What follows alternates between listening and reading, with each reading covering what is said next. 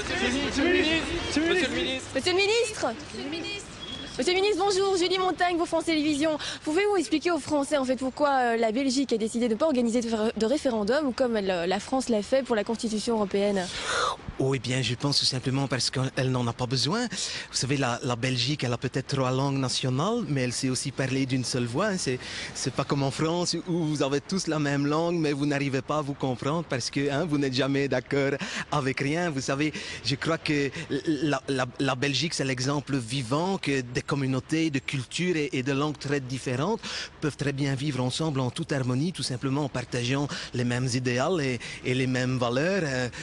On est tous différents, mais tous unis. D'ailleurs, nous autres, on dit l'union fait la force. Hein? L'union fait la force.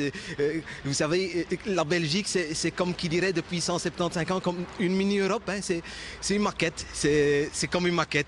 Monsieur le ministre, Joël Lejeune pour RTL TVI. Oui. On sait que vous avez été un des ministres combattants flamands les plus offensifs dans le dossier Bruxelles à Lillewort, le BHV. Oui. Vous êtes déçu par sa mise au frigo jusqu'en 2007?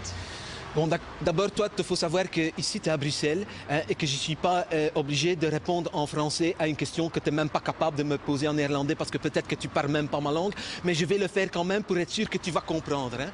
Bon, d'abord, le dossier BHV, il est peut-être au frigo, il sera encore même au congélateur, que quand moi je vais le sortir, je vais te le mettre au micro-ondes thermostat 12 et ça va tout péter ici. Hein. Ça va bien? Ça va tout péter. Quand je dis tout péter, c'est pas Bruxelles à Lillewort, hein. C'est la Belgique et tout le bazar avec. Hein. Parce que si ça n'était que pour moi, moi je te coupe tout ça en deux, avec des barbelés tendus de Courtrai jusqu'à Hasselt, avec des miradors partout, de checkpoints et contrôle linguistique à la frontière. Ça va bien?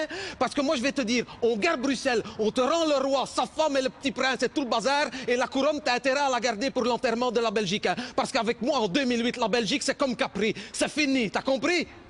Monsieur le ministre, comprenez que pour nous Français c'est un peu du chinois tout ce que vous racontez là, donc revenons-en à l'Europe. Quel rôle la Belgique va jouer dans cette nouvelle donne européenne? Oh bien, je pense que ça va rien changer. Je crois que la Belgique va continuer à tenir le rôle qu'elle a toujours tenu, c'est-à-dire le rôle du garant de la cohésion de l'Europe.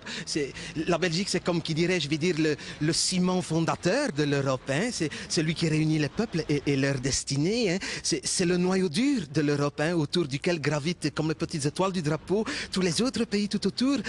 Ce n'est pas pour rien que la Belgique abrite en son sein les principaux organes vitaux de l'Europe. Hein. Et comme je dis toujours, la Belgique n'est pas que le cœur de l'Europe, c'est aussi son foie, ses reins, ses poumons, c'est son pancréas. Et la Wallonie, c'est son gros intestin, ça va? Et le gros intestin, c'est le seul organe vital que tu peux vivre sans pendant des années. Hein. Suffit quand il est malade de le couper petit bout par petit bout. Comme toi, tu vas couper ta saloperie de caméra, ta saloperie de micro.